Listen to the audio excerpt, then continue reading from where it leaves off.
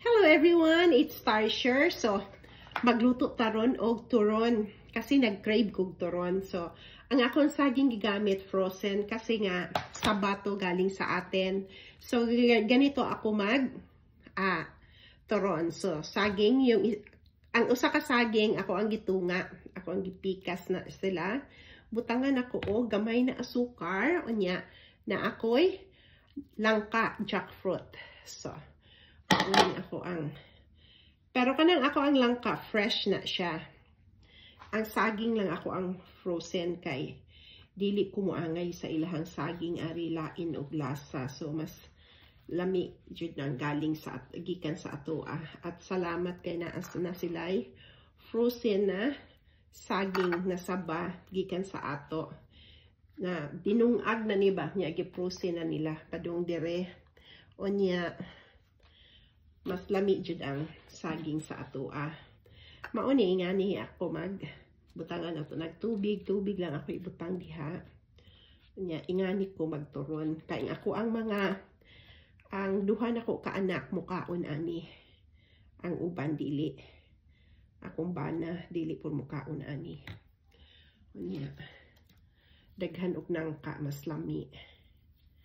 Medyo frozen pagamay ang nangka kay nga na ko pag mupalit kog nangka dinaghan unya ako alang i-frozen kay ako lang man ang mukaon. Usahay ang mga bata mukaon pod pero dili sila permi. Dagko ang ako ang saging ang akong turon. So ana lang kasayon maghimo og turon. Butang asukal para mas lami jud. Yeah. Daghan og langka. Pites kayo. Mo nang tambok si Tarsher kay magsige rag kaon. Kundi magluto mo palit og pagkaon sa gawas. So nag-decide ko na ako na lang ang magturon kay naaman ko'y saging permi.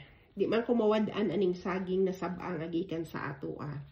Kay permi na wide stock basta moabot ng ilahang stock usahay tawgan ko sa ginaadtuan ako nga Filipino store diri og di ko maadto sa Seafood City. So tawgan ko nga naa sila stock sa saging kay mao man ay gusto na ko kanang paborito dyan ni ako nga saging kanang gikan sa atoa pa kay mas lami. Ano lang siya kasayon. Diba? Super easy peasy maghimo og turon. Kay imuhaning paliton sa gawas mahal na ni siya. Ang isa ka turon nya dili pa jud dako nga saging ang ilahang ibutang.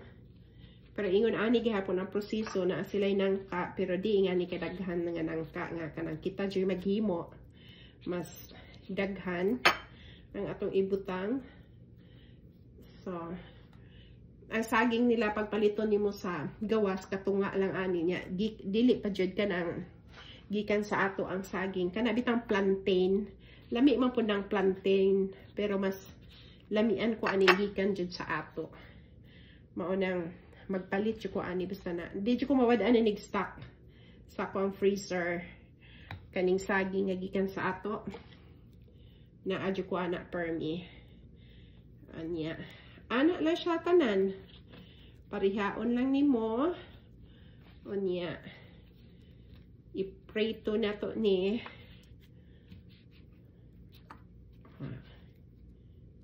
diba? So pareho lang ang proseso. Tanan una na to prituhon ato asang humanon og likit. See you in a bit. Lutuon na nato ang ato ang turon. Mainit na ang mantika. Dali ra man nilutuon kay luto na ang saging. Ana lang siya. Gamay lang na pat ang akong gigamit para di ko kaayo mo gamit og daghang mantika kay sayang, di ba ko permit igluto og turon. Usahay ra basta mag-crave ko.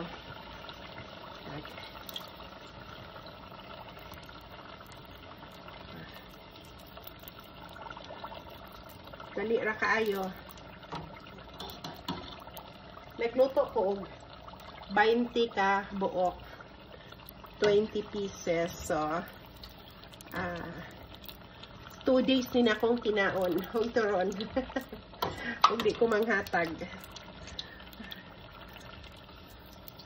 Okay. Kung manghatag kong silingan, karon na ni dayon burot.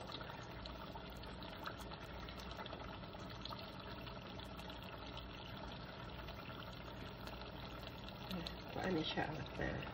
Brown na. So, ato apad yung ipa-brown o maayo para mas crunchy.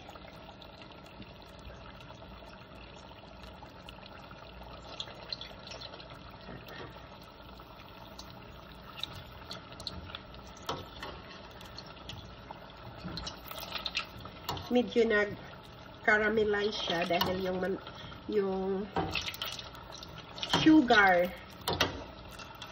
Kaya yan. Kaya ang sarap nito. Ang super. Yan.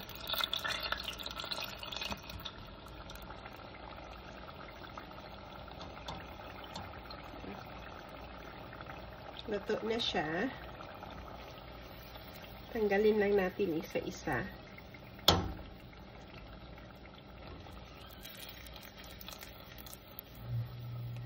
At ang bango dahil nga sa jackfruit. Kaya ay super bango. Yan. Sarap talaga. So, pareho lang din. Ganyan.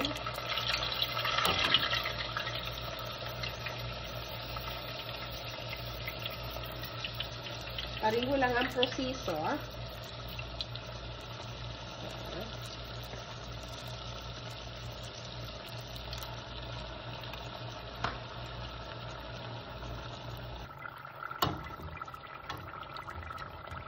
See guys, lumalabas yung ano niya, yung sugar na nilagay kong asukal. Kaya, ayan lang siya. So, hindi pa yan luto. So, may naluto na tayo. Ayan, see, look. Oh, it's so delicious. Daghang salamat sa tanan, mga unata. Lami kaayo. Thank you so much for watching. See you for our next video. Bye for now.